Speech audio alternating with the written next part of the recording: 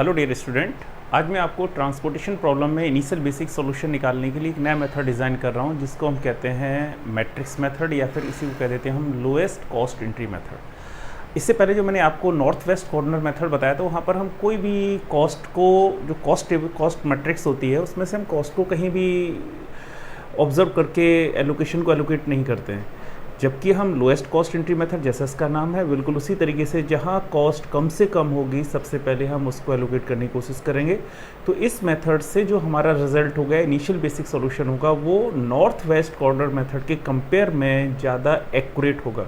Okay, north west corner method से जो हम initial basic solution find out करते हैं उसके कंपेयर में मैट्रिक्स मेथड से अगर हम initial basic solution find out करेंगे, वो कॉस्ट आपकी नॉर्थ वेस्ट कॉर्नर के में कंपेयर में मिनिमम होगी। ओके, ये ऑप्टिमलिटी के करीब ज़्यादा होगा। ये कम पैसे में एक जगह से दूसरी जगह ट्रांसपोर्ट कर सकते हैं। जैसा मैंने बताया था, मैंने थोड़ी सी बार्गेनिंग कर ली, इसका मतलब ये मैट्रिक्स मेथड हो जाता है। आइए देखते हैं, एक एग्जाम्पल के थ्रू मैं इस मेथड को डिस्कस करूँगा, जरा ध्यान देना इसको। जैसे बेटा मैंने यहाँ एक एग्जाम्पल लिखा हुआ है, इस लोएस्ट कॉस्ट एंट्री मेथड कहते हैं, ऐसी को हम कह देते हैं मैट्रिक्स मिनिमम मेथड। ओके, तो दोनों नामों से इसे जानते हैं, जो भी हो उसको हम यूज़ कर लेते हैं। जनरली हम lowest cost entry method use ज़्यादा करते हैं। ओके, आइए देखिए कि क्वेश्चन के थ्रू मैं इस चीज़ को डिस्कस कर रहा हूँ, जरा ध्यान से देखिएगा इसको। ओके, जैसे मैंने यहाँ पर आपका लिखा हुआ है, एक क्वेश्चन लिया हुआ है, इसमें कुछ फैक्ट्रीज़ हैं F1, F2, F3, और ये कुछ वेयर हाउसेज हैं W1, W2, W3, W4। Okay, इसकी कैपेसिटी दे रखी है फैक्ट्रीज़ की 7, 9, 10, और इसकी रिक्वायरमेंट दे रखी है कि ये वेयर हाउस कितनी रिक्वायरमेंट कर रहे हैं।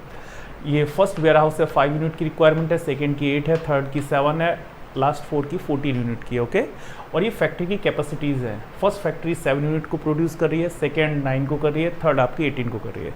जैसे मैंने आपको पीछे लास्ट मेथड में आपको डिस्कस किया था, कभी भी ट्रांसपोर्टेशन प्रॉब्लम सॉल्व करने से पहले सबसे पहले हमें क्या चेक करना पड़ेगा, वेदर इट इज़ बैलेंस्ड और अनबैलेंस्ड ट्रांसपोर्टेशन प्रॉब्लम। ओके, कैसे स्टार्ट करते हैं, जरा चेक करना है इसको। अगर मैं कैपेसिटी का एडिशन करूँ, ओके, और ये रिक्वायरमेंट का एडिशन करूं, इफ़ इट इज़ इक्वल, अगर ये इक्वल है then the transportation problem is set to be balanced. या अगर बैलेंस नहीं है तो सबसे पहले इसको बैलेंस ही करना होता है। ओके, और बैलेंस करने के लिए अगर रो से बैलेंस नहीं है तो रो एक इंट्रोड्यूस कर देते हैं, कॉलम से बैलेंस नहीं है तो कॉलम इंट्रोड्यूस करते हैं। ओके, आप इनको ऐड कीजिए, 18 और 9 कितना हुआ, 27, 27 एंड 7 अगर मैं चेक करूँ 34। ओके, आप यहाँ ऐड कर लीजिए, 14, 7, 21, 21, 8, 29 and 5, 34. It means it is a balanced transportation problem. पहला स्टेप क्लियर हुआ ये चीज़। ओके, अब आप आगे चेक करिए। अभी तक जब हम नॉर्थ वेस्ट कॉर्नर यूज़ करते हैं, नॉर्थ वेस्ट कॉर्नर मेथड में हम एक कॉर्नर से, ये नॉर्थ वेस्ट कॉर्नर ये होता है, यहाँ से हम एलोकेशन या अमाउंट यहाँ से देना स्टार्ट करते हो, फिलअप करते हुए चले आते हैं जब तक कि पूरी की पूरी आपकी डिमांड सप्लाई में कन्वर्ट ना हो जाए। जबकि हम लोएस्ट कॉस्ट एंट्री मेथड में ऐसा नहीं करते हैं। इस मेथड के लिए हम क्या करते हैं, इसमें हम पूरी मैट्रिक्स जो आपकी कॉस्ट मैट्रिक्स है, इसमें ये चेक करते हैं कि सबसे मिनिमम कॉस्ट क्या आ रही है। जो सबसे मिनिमम कॉस्ट होगी, हम सबसे पहले उसे मैक्सिमम अमाउंट एलोकेट करने की कोशिश करते हैं। ओके, अब जरा चेक करना, ये जो हमारे पास ये कॉस्ट मैट्रिक्स आ रही है, इसमें जो कॉस्ट सबसे मिनिमम है इट इज़ इक्वल टू 8। ये जो 8 कॉस्ट आपकी आ रही है, ये किस सेल में आ रही है, ये थर्ड रो है, सेकेंड कॉलम है। ओके, थर्ड रो है, सेकेंड कॉलम है, ये 3-2 सेल में आपकी कॉस्ट आ रही है 8। ओके, आप इसको मैक्सिमम जितना अमाउंट दे सकते हैं आप दे दीजिए, क्योंकि सबसे कम पैसे में यही ले जाने के लिए तैयार है। इसका मतलब हुआ कि जरा चेक करना, मेरे पास कैपेसिटी है 18 की, यानी इस रो में मैं 18 अमाउंट डिस्ट्रीब्यूट कर सकता हूँ पूरी रो में। लेकिन ये कॉलम जो है जहाँ 8 आ रहा है, ये कॉलम इसकी कितनी रिक्वायरमेंट है, केवल कितना ले सकता है ये 8 यूनिट। तो 18 से मैक्सिमम में 8 को कितना यूनिट ट्रांसफ़र कर सकता हूँ, अगर मैक्सिमम में चेक करूं तो कितना करूंगा इसको मैं, जरा देखो, 18 से इस 8 को मैक्सिमम में यूनिट ट्रांसफर कर सकता हूं 8, क्योंकि यहाँ इसकी रिक्वायरमेंट ही 8 है। ओके, टोटल अमाउंट ही हमारे पास है, तो ये रो, ये कॉलम पूरा फिलअप हो गया। यहाँ कितना अमाउंट बचा, 10। क्लियर, इतना क्लियर हुआ। नॉर्थ वेस्ट कॉर्नर मेथड में हम एक साथ ही टेबल बना देते थे पूरी। इसमें हम क्या करेंगे कि जो रो या जो कॉलम फिल हो जाएगा या फिर ब्लैंक हो जाएगा, उसको हम नेक्स्ट टेबल में रीराइट नहीं करते हैं। जैसे मैं चेक करूं, यहाँ पर ये हमारा सेकंड कॉलम फिल हो चुका है, क्रॉस हो गया है, इसको हम अगली टेबल बनाएंगे, उसमें इस कॉलम को डिलीट करके नई टेबल हम कंस्ट्रक्ट कर लेते हैं। कैसे करते हैं जरा चेक करना। ये कॉलम आ जाएगा, ये कॉलम आएगा, ये कॉलम आएगा, रो तो तीनों है, इस रो में भी कुछ अमाउंट है, इसमें भी है, इसमें भी। ओके, चेक करते हैं। देखो मैं अगली टेबल बनाता हूँ। यहाँ पर ये कॉस्ट आ जाएगी 19, 30, ओ सॉरी ये नहीं आएगा। ओके देखिए ये W2 आपकी ये सेकेंड कॉलम है, इसकी एंट्री फिलअप हो चुकी है, ये क्रॉस हो गया। इसका मतलब नेक्स्ट टेबल में इसको रीराइट नहीं करूँगा। तो अगली टेबल में यहाँ डिज़ाइन करता हूँ 19, ये कॉलम डिज़ाइन नहीं होगा। आफ्टर देन 50, आफ्टर देन 10, नेक्स्ट 70, ये डिज़ाइन नहीं होगा। 40, 60, ये कॉलम डिलीट कर दो यहाँ से, बाकी टेबल लिख दो। 40, ओके, 70 एंड 20। जो भी यहाँ पर कैपेसिटी और रिक्वायरमेंट बची हुई है वो लिख दीजिए आप। 7, 9, अब यहाँ पर कितनी रिमेनिंग है? 10। ओके, यहाँ पे चेक कीजिए 5, 7 एंड 14। फाइन, मैंने इस कॉलम को डिलीट कर दिया। ओके, जो चीज़ फिल हो जाए या फिर ब्लैंक हो जाए उसको आप नेक्स्ट टेबल से डिलीट कर दीजिए। ओके, मैंने डिलीट कर दिया। अब इसको चेक कर लीजिए बैलेंस है या नहीं है। 10, 9, 19 और 7, 26। ओके, आप यहाँ चेक कीजिए 14, 7, 21 और 5, 26। इसका मतलब है कि आपने पीछे अमाउंट सही दिया, ये बैलेंस ही आएगी हर जगह। अब आप चेक कीजिए इस कॉस्ट मैट्रिक्स में सबसे मिनिमम कॉस्ट, जैसा मुझे दिखाई दे रहा है, इसमें सबसे मिनिमम कॉस्ट कितनी आ रही है? It is equal to 10। Clear? 10 ही तो कॉस्ट आ रही है सबसे मिनिमम। अब आप 10 को मैक्सिमम अमाउंट एलोकेट कर दीजिए जितना आपने अमाउंट किया था। मैं कॉस्ट को, मिनिमम कॉस्ट को चेक कर रहा हूँ, इसीलिए हम बोल देते हैं इसको लोएस्ट कॉस्ट एंट्री, यानी एंट्री में कहाँ पे कर रहा हूँ? सबसे कम कॉस्ट है वहाँ पर एंट्री कर रहा हूँ। 10 को मैं कितना मैक्सिमम अमाउंट दे सकता हूँ? आपके पास कितनी कैपेसिटी है? 7 की, लेकिन ये कितना ये ले सकता है? रिक्वायरमेंट इसकी कितनी है? 14 की। तो पूरा का पूरा दे दूँ। तो यहाँ से अगर मैं इस 10 को अमाउंट देता हूँ 7, ये खाली होगी, पूरी कैपेसिटी ख़त्म इस फर्स्ट रो की। यहाँ बेटा 14 में से अगर मैं 7 अमाउंट माइनस कर दूंगा, कितना बचेगा? रिमेनिंग 7। तो अगली जब मैं टेबल कंस्ट्रक्ट करूँगा उसमें ये फर्स्ट रो को हम राइट नहीं करेंगे। क्लियर?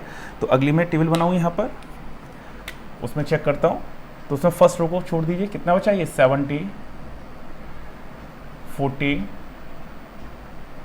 60, next 40, 70 and 20। ओके, इसकी जो भी रिक्वायरमेंट और कैपेसिटी थी उसको लिख लीजिए। यहाँ 9, यहाँ 10, ओके, यहाँ 5, 7, 7, 5, 7, 7। ओके, मैंने यहाँ से फर्स्ट रो को डिलीट कर दिया, बाकी की मैंने लिख लिया। अब जरा चेक कर, जो रो या जो कॉलम क्रॉस हो गया उसको नेक्स्ट टेबल में हम रीराइट नहीं करेंगे। ओके, ये हमारे पास आ गया। अब यहाँ पे चेक करो, इस टेबल में जो कॉस्ट मैट्रिक्स आ रही है इसमें लोएस्ट कॉस्ट क्या आ रही है? आप अगर चेक करें इसमें लोएस्ट कॉस्ट क्या आ रही है? It is equal to 20। आप 20 को मैक्सिमम अमाउंट एलोकेट कर दीजिए। अगर मैं 20 को मैक्सिमम अमाउंट एलोकेट करता हूँ तो हमारे पास से यहाँ कैपेसिटी देखो कितनी, पहले चेक करिए बैलेंस है या नहीं है। 10, 9, 19 और 7, 7, 14, 5, 19। इसका मतलब दोनों तरफ से बैलेंस है ये। ओके, इसका मतलब यहाँ तक आप सही करके आए। अब जो हमारे पास मिनिमम कॉस्ट है इसमें उसको आप एलोकेट कीजिए मैक्सिमम अमाउंट। इसमें सबसे मिनिमम कॉस्ट क्या आ रही है? It is equal to 20। 20 को आप मैक्सिमम अमाउंट एलोकेट कर दीजिए। तो आपके पास कितनी कैपेसिटी है? 10 यूनिट की, और इसकी रिक्वायरमेंट कितनी थी? 7। तो आप 10 में से पूरा का पूरा 7 अमाउंट इसको दे दीजिए। यहाँ कितना अमाउंट बचा? 3, और ये पूरा फिल हो गया। फिल हो गया तो इसको क्रॉस कर दीजिए। 7 की इसकी रिक्वायरमेंट थी और पूरा का पूरा 7 अमाउंट मैंने इसको दे दिया। इसका मतलब है कि यहाँ की रिक्वायरमेंट खत्म।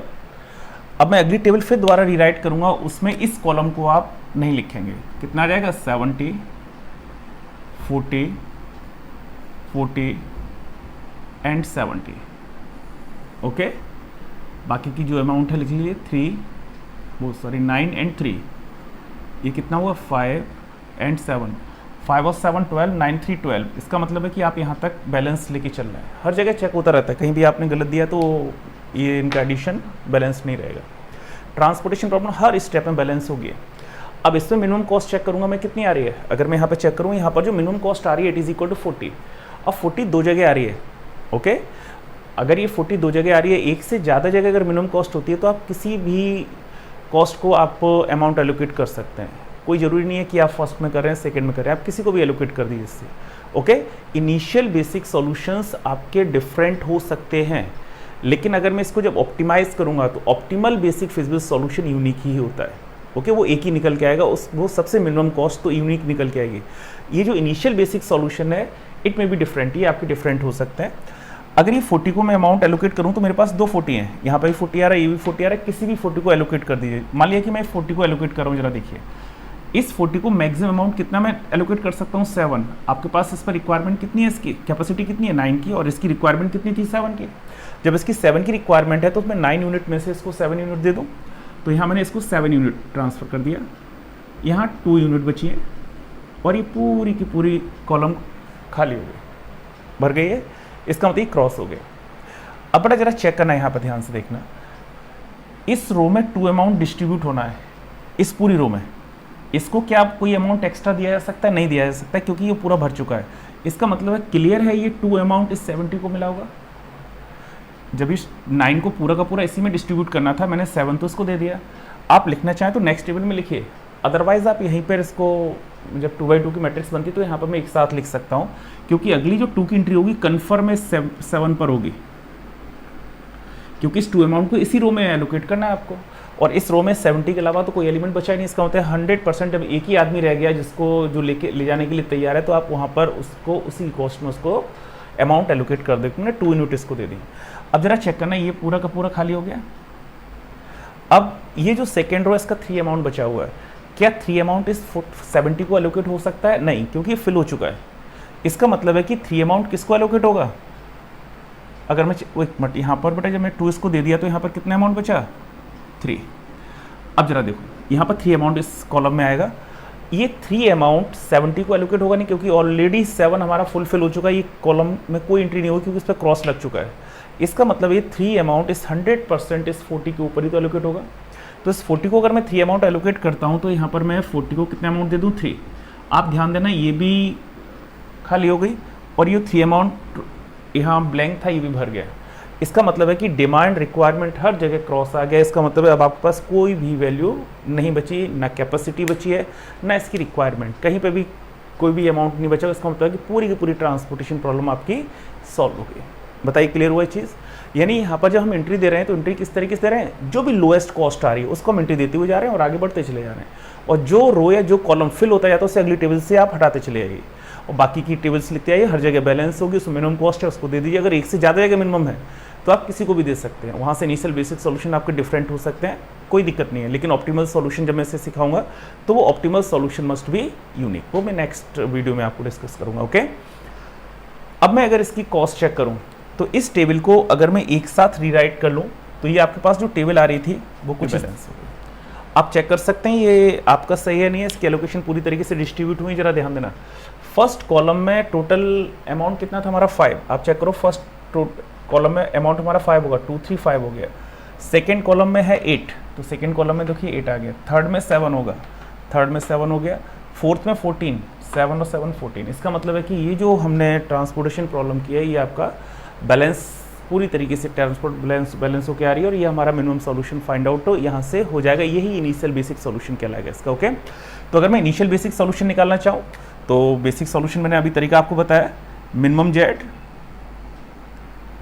कितना आएगा? 10 × 7 प्लस 17 × 2, 14 × 7, 14 × 3, 8 × 8 प्लस 20 × 7, 1 2 3 4 5 6, 1 2 3 4 5 6। ओके, इसको आप सॉल्व कर लीजिए, चेक कीजिए इसको। मिनिमम जेड चेक करने की कितना आ रहा है? ये में भी 814। इसे कैलकुलेट करके चेक कर लेना, ये आपका मिनिमम जेड आ जाएगा। अगर इसी क्वेश्चन को मैं नॉर्थ वेस्ट कॉर्नर मेथड से करता तो वो मे बी कोई ज़रूरी नहीं है, लेकिन मैक्सिमम 99% केसेस में वो इससे ज़्यादा वैल्यू निकल के आती, कॉस्ट उसकी इससे ज़्यादा होती।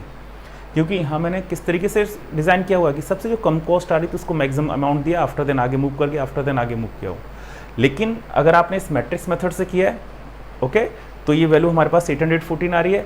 अगर मैं नॉर्थ वेस्ट कॉर्नर मेथड से करता तो वहाँ पर मैं कॉस्ट का तो कोई मतलब होता नहीं, आप एक कॉर्नर से स्टार्ट करते नॉर्थ वेस्ट से और पूरा डिस्ट्रीब्यूट करते चले जाते बिना कॉस्ट देखे हुए, तो वहाँ से नेचुरल है कि रिजल्ट हमारा थोड़ा मिनिमम जेड ये as compare to matrix method, इसके कंपेयर में वो रिजल्ट हमारा ज़्यादा होगा। तो कॉस्ट कम किससे है, इस मेथड से, तो ये इनिशियल बेसिक सॉल्यूशन ज़्यादा एक्यूरेट है as compare to north west corner method. Clear हुआ? एक चीज़ मैं समझाना चाहता हूँ, जरा ध्यान देना यहाँ पर, यहाँ ये जो एलोकेशंस आती हैं या जो ये सॉल्यूशन आता है ये नॉन डिजेनरेट सॉल्यूशन है। ये नॉन डिजेनरेट या डिजेनरेट क्या होता है उसको मैं आपको समझा 1 2 3, तो इसमें 3 रो और 4 कॉलम आ रहे हैं। आप रो प्लस कॉलम दोनों को ऐड कीजिए तो रो प्लस कॉलम कितना हुआ, 4 + 3 7, और इसमें से 1 माइनस कर दीजिए, -1 करेंगे, 7 - 1 = 6। अगर जो एलोकेशंस हैं ये एलोकेशंस कहलाती हैं, जो मैं अमाउंट देता हूँ ये एलोकेशंस कहलाती हैं। अगर एलोकेशंस की संख्या m + n - 1 के बराबर है तो जो सॉल्यूशन होता है वो नॉन डिजेनरेट कहलाता है। अगर इससे कम है तो वो सॉल्यूशन आपका डिजेनरेट कहलाएगा। फिर हम वो डिजेनरेट सॉल्यूशन फाइंड आउट करने के लिए एक प्रोसेस होता है, मैं नेक्स्ट आपको वीडियो में डिस्कस करूँगा उसको। लेकिन यहाँ पर अगर मैं चेक करूँ, यहाँ पर नंबर ऑफ रो कितनी है, यहाँ मैं लिखे देता हूँ m + n - 1, इसके बराबर अगर एलोकेशन आ रही है then the solution is non degenerate. तो आपका सॉल्यूशन नॉन डिजेनरेट होता है। m कहलाती हैं रो, n कहलाते हैं कॉलम, दोनों को ऐड करके मैं 1 माइनस कर दूं तो यहाँ पर कितनी रो हैं, 3, कॉलम कितने हैं, 4, 3 + 4 7 - 1 6। अगर मैं एलोकेशनों की संख्या देखूँ देखो 6 होगी, 1 2 3 4 5 6, it means solution is non degenerate. I hope ये चीज़ समझ में आ गई होगी आपको। अब आप इसको देख सकते हैं, ओके, आप चेक कीजिए इसको और क्वेश्चंस लगाइए, थोड़ी प्रैक्टिस कीजिए इसकी, तो ये चीज़ समझ में आएगी आपको।